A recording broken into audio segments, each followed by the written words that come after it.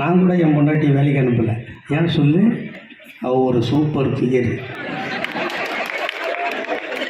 ஆமாம்மா, என் கலைப்பெல்லாம் தீந்திரம் போய் பார்த்தா. ஆனால் போன மாதம் 26ஆம் தேதியிலேருந்து பார்க்கல. நீங்கள் கேட்டீங்க.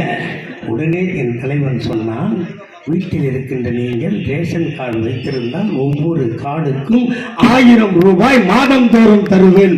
அது மகளிர் உரிமை தொகை. ஆனால் நாடு விட்டு நாடு வந்து, ஊர் விட்டு ஊர் வந்து, வயிறு வளர்க்க ஒரு ஊர், வாழறதுக்கு ஒரு ஊர், பெருக்கிறதுக்கு ஒரு ஊர், மதத்தை மாறுறதுக்கு ஒரு ஊருன்னு வாழ்ந்தவெல்லாம் அதை பிச்சைன்னு சொல்கிறாங்க. ரத்த கொண்டு அடிச்சு அவளை மூலையில் முடங்க வச்சு என்னை மேடையில் முழங்க வச்சிருக்கீங்க பார். அதுதான் சொல்கிறது பத்தினி சாபம் பத்திக்கோன்னு. எங்கள் ஆத்தா பத்தினி என்னை செத்து போட்டா, அவள் மூலையில் முடங்கிட்டாளா இல்லையா? அதை பார்த்தா எங்கள் தலைவர் கண்ணீர் வரும். ஐடி போட்டு நான் அழுதுச்சான். நான் கேட்டேன் வெளியே வந்தோன்னே, தலைவரை ஒரு நாடோடிக்காக 3 பத்தினி தெய்வத்தாக வச்சுட்டிய தலைவரேன்னு கேட்டேன். என் பொண்டாட்டி 2 பொண்ணு, பையன் இல்லை, 64 நாள் ஜெயிலில் இருந்தேன்.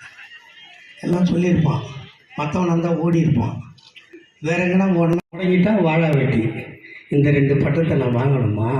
இல்லை. எங்கே துளைத்தேனோ அங்கேயே தேடினேன்.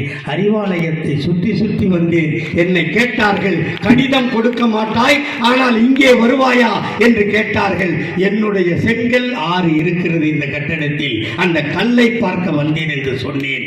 எங்கள் அண்ணன் சின்னவர் மனமிணங்கினார், என்னை அழைத்தார், இயக்கத்தில் சேர்த்தார்.